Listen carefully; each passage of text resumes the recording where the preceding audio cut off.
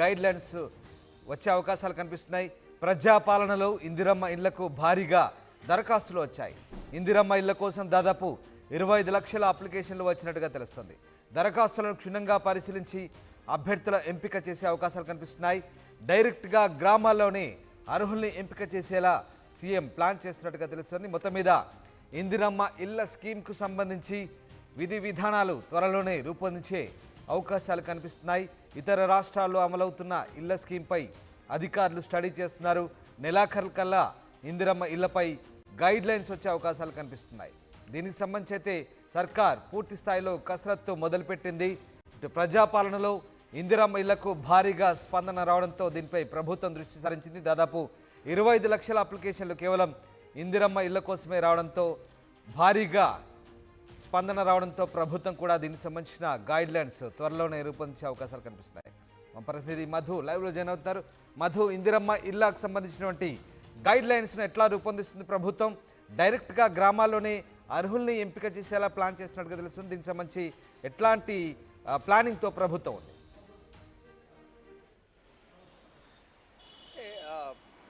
ప్రతిపక్షంలో ఉన్నప్పుడు ఇచ్చినటువంటి హామీ నిలబెట్టుకునే ప్రయత్నం చేస్తూ ఉన్నారు. దానికి సంబంధించి కసరత్తు చేస్తూ ఉన్నారు. ఎందుకంటే సొంత జాగా ఉండి ఇల్లు లేనటువంటి వారు ఎవరైతే ఉన్నారో వారికి 5 లక్షల రూపాయలు ఇంటి జాగా కోసం పూర్తిగా 100% సబ్సిడీ అంటే 5 లక్షలు ఉచితంగా ఇవ్వడానికి ప్రభుత్వం కసరత్తు చేస్తూ ఉంది. గతంలో ఇచ్చిన హామీ నిలబెట్టుకునే ప్రయత్నం చేస్తూ ఉంది. హౌసింగ్ శాఖ ఏదైతే ఉందో గతంలో హౌసింగ్ శాఖలో పనిచేసేటువంటి వాళ్ళంతా కూడా ఇతర శాఖలకు డిప్యుటేషన్ పైన వెళ్ళినటువంటి సిచ్యువేషన్ ఉంది. సో వారందరినీ తిరిగి వారి డిప్యుటేషన్లన్నీ క్యాన్సిల్ చేసి తిరిగి సొంత శాఖకు తీసుకొచ్చి హౌసింగ్ని పూర్తి స్థాయిగా ఒక శాఖగా సపరేట్ శాఖగా దాన్ని రూపొందించాలనేటువంటి ప్రభుత్వం దీనిపైన నిర్ణయం తీసుకున్నట్టుగా తెలుస్తూ ఉంది. ఎందుకంటే గత ప్రభుత్వంలో అమలైనటువంటి డబల్ బెడ్రూమ్ ఇళ్ళ పైన తీవ్రమైనటువంటి ఆరోపణలు వచ్చాయి. చాలామంది ఆశావాహులు ఉన్నప్పటికీ కూడా ఇంకా చాలామందికి ఇల్లు దక్కనటువంటి సిచ్యువేషన్ ఉంది. ఒకవేళ ఇల్లు ఇచ్చినటువంటి వారిని కూడా ఇల్లు ఉన్నటువంటి వారికి, తర్వాత సిఫారసు చేసినటువంటి వారికి, మంత్రుల చెప్పినటువంటి వారికి, మంత్రుల పిఏలు చెప్పినటువంటి వారందరికీ కూడా ఇల్లు వచ్చాయి అనేటువంటి ఆరోపణలు ఉన్నాయి డబుల్ బెడ్రూమ్ అంశంలో. సో అలాంటి అవకతవకలు జరగకుండా నిజంగా పక్కాగా ఇల్లు లేనటువంటి వారికే ఇల్లు కట్టించాలి, ఇల్లు కట్టించడానికి 5 లక్షల రూపాయలు విడుదల చేయాలనేటువంటిది ప్రభుత్వం నిర్ణయంగా కనిపిస్తూ ఉంది. పూర్తి స్థాయిలో ఇక సెలక్షన్ వచ్చేసి గ్రామ స్థాయిలో, అంటే ఇప్పుడు గ్రామాల్లో ఉన్నటువంటి వారికి సొంత జాగా ఉండి ఇల్లు లేనటువంటి వారు ఎవరు అనేటువంటిది చాలా ఈజీగా గుర్తించడానికి అవకాశం ఉంటుంది. గతంలో ఇందిరమ్మ ఇండ్లు, రీసెంట్గా డబుల్ బెడ్రూమ్ ఇండ్లు, ఇప్పుడు ఇంకా ఎంతమంది ఆశావాహులు ఉన్నారు గుర్తించడం పైన ప్రభుత్వం కసరత్తు చేస్తూ ఉంది. ఈజీగా గ్రామ స్థాయిలోనే గ్రామ శాఖ ద్వారానే అర్హులను ఎంపిక చేయడానికి సిద్ధమవుతున్నట్టుగా తెలుస్తూ ఉంది. వాటితో పాటు నగరాల్లో కూడా ఈ ఇల్లు లేనటువంటి వారిని గుర్తించి వారికి జాగా కనుక ఉంటే ప్రభుత్వం ఇచ్చేలా, ఒకవేళ ప్రభుత్వ జాగా కూడా లేకపోతే ప్రభుత్వమే జాగా కల్పించి 5 లక్షల రూపాయలు ఇంటి నిర్మాణం కోసం వెచ్చించడానికి సిద్ధమవుతున్నటువంటి సిచ్యువేషన్ ఉంది. ఎందుకంటే హౌసింగ్ శాఖను గతంలో R&B శాఖలో విలీనమై ఉన్నటువంటి నేపథ్యంలో సపరేట్గా లేకపోవడం వల్ల కూడా ఇబ్బంది కలిగింది. 650 మంది దాదాపు డిప్యుటేషన్ పైన వెళ్ళడము, ఇవన్నీ ఇబ్బంది ఉంది. ప్రస్తుతం 60 మంది మాత్రమే సిబ్బంది ఉన్నారు. ఆ 60 మందికి సంబంధించినటువంటి వారితో పెద్దగా పూర్తి స్థాయిలో పని జరగట్లేదు అనేటువంటిది గుర్తించడంతో ఇప్పుడు ఆ డిప్యుటేషన్కి వెళ్ళినటువంటి తిరిగి తెప్పించి అవసరమైతే ఇంకా కొద్ది మందిని అవుట్సోర్సింగ్ ద్వారా ఎంప్లాయీస్ని కాంట్రాక్ట్ పద్ధతిలో తీసుకొని పూర్తి స్థాయిలో దీనిపైన దృష్టి పెట్టాలనేటువంటిది ప్రభుత్వం సిద్ధమైనట్టుగా తెలుస్తూ ఉంది. పొంగులేటి శ్రీనివాసరెడ్డి హౌసింగ్ శాఖ మినిస్టర్గా ఉన్నారు కాబట్టి ఇప్పటికే ముఖ్యమంత్రి రేవంత్ రెడ్డితో పలు దఫాల్లో భేటీ కావడం జరిగింది. ఈ శాఖకు సంబంధించినటువంటి విషయాలు ఎంత మేర లబ్ధిదారులు ఉండే అవకాశం ఉంది, రాష్ట్ర వ్యాప్తంగా ఒక అంచనా కొంది ప్రభుత్వం. మళ్ళీ అప్లికేషన్లు మొన్ననే తీసుకున్నటువంటి అభయహస్తం ద్వారా అప్లికేషన్ ద్వారా ఎంతమంది ఉన్నారనేటువంటి తెలుసుకున్నారు, 25 లక్షల మంది.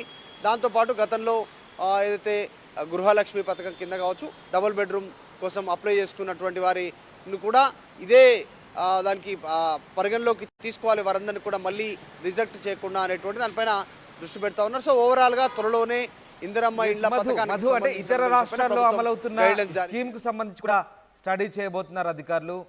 ఇందిరమ్మ ఇళ్లకు సంబంధించి ఎట్లాంటి గైడ్ లైన్స్ ఇతర రాష్ట్రాల నుంచి మనం అనుసరించబోతున్నాం? ఎందుకంటే ఇందిరమ్మ ఇల్లు కావచ్చు, అట్లాగే అసలు గృహ నిర్మాణానికి సంబంధించి ఇళ్ల స్కీమ్ అంటేనే ఇల్లు కట్టకుండా బిల్లులు తీసుకోవడం, లేదంటే ఆ ఇళ్లకు సంబంధించి ఎక్కడ నిశానం లేకుండా కనీసం నామమాత్రంగా ఇల్లు కట్టకుండా కూడా చాలా దుర్వినియోగం అవుతున్న పరిస్థితి. అసలు ప్రభుత్వ ఇల్లు అంటేనే ఒక రకమైనటువంటి భావన కలిగేలా ఉన్నటువంటి పరిస్థితి. సో ఇలాంటి తప్పిదాలు చోటు చేసుకోకుండా, అట్లాంటి ముద్ర పడకుండా ప్రభుత్వం ఎట్లాంటి జాగ్రత్తలు తీసుకోబోతుంది? ఖచ్చితంగా ఇందిరమ్మ ఇండ్లకు సంబంధించి ఒక పర్టికులర్ గైడ్ లైన్స్, ఒక పటిష్టమైనటువంటి నిబంధనలు ఏమైనా తయారు చేసే అవకాశం ఉందనుకోవచ్చు. ఖచ్చితంగా గతంలో డబుల్ బెడ్రూమ్ ఇళ్లకి సంబంధించినటువంటి విషయంలో అనేక ఆరోపణలు రావడం జరిగింది గత ప్రభుత్వం పైన. క్వాలిటీ లేకపోవడం కావచ్చు, తర్వాత కాంట్రాక్టర్లు తర్వాత కుమ్మక్కై సరైనటువంటి నిర్మాణం చేయకపోవడం వల్ల తీవ్రమైన ఆరోపణలు వచ్చాయి. గత ప్రభుత్వం తీవ్రంగా విమర్శలు ఎదుర్కొంది దీనికి సంబంధించి. సో అలా జరగకుండా లబ్ధిదారుడికే సొంత జాగా ఉంటే 5 లక్షలు ఇవ్వడం వల్ల ఆయన దాంట్లో అవసరం అనుకుంటే ఇంకాస్త క్వాలిటీగా కట్టుకునేటువంటి అవకాశం ఉంది. అది 100% సబ్సిడీతో ఇచ్చేటువంటి పూర్తి స్థాయి ఉచితంగా ఇచ్చేటువంటి 5 లక్షల రూపాయల లబ్ధిదారులు కాబట్టి గత ప్రభుత్వంలో వచ్చినటువంటి విమర్శలను ఎదుర్కోవడానికి ప్రభుత్వమే ఇల్లు కట్టి ఇవ్వాలి అనేటువంటి దాన్ని ఈ ప్రభుత్వం పక్కన పెట్టింది. దాంట్లో భాగంగానే పూర్తిగా క్యాష్ ఇవ్వాలనేటువంటిది, అది కూడా బ్యాంకులో జమ చేయాలి అనేటువంటిది ప్రభుత్వం నిర్ణయం తీసుకోవడం జరిగింది.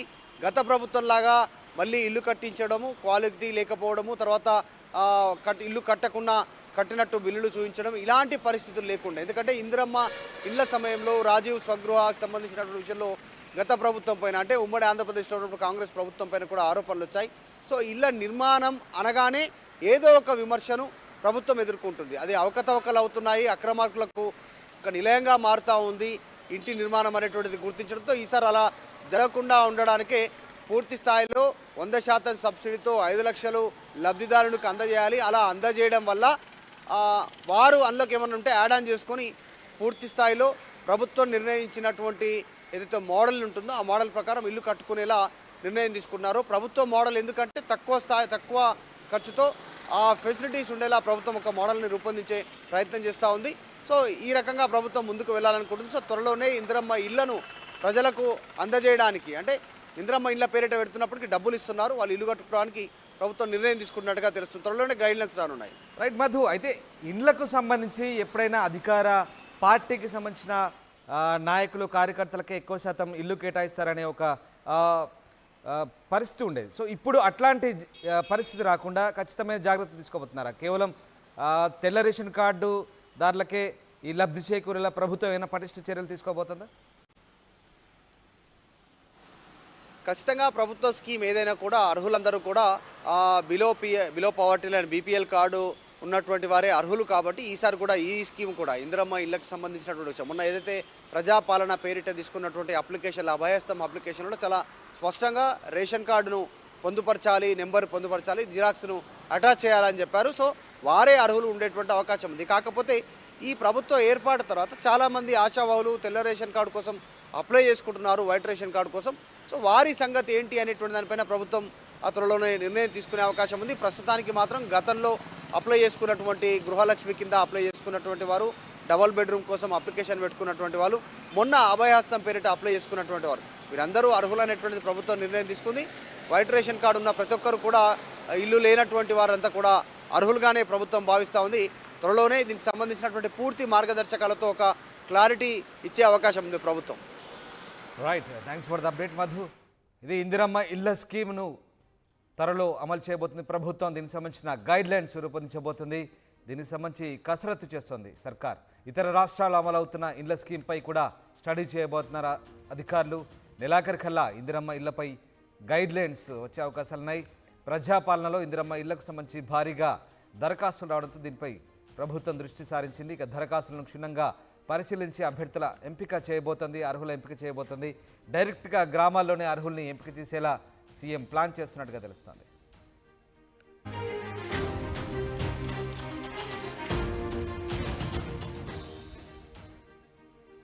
ఇందిరమ్మ ఇళ్ల స్కీమ్కు సంబంధించి త్వరలోనే guide lines రూపొందించబోతున్నారు.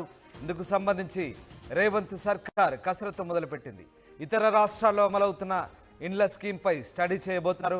నెలాఖరికల్లా Indiramma ఇళ్లపై guide lines వచ్చే అవకాశాలు కనిపిస్తున్నాయి. ప్రజాపాలనలో ఇందిరమ్మ ఇళ్లకు భారీగా దరఖాస్తు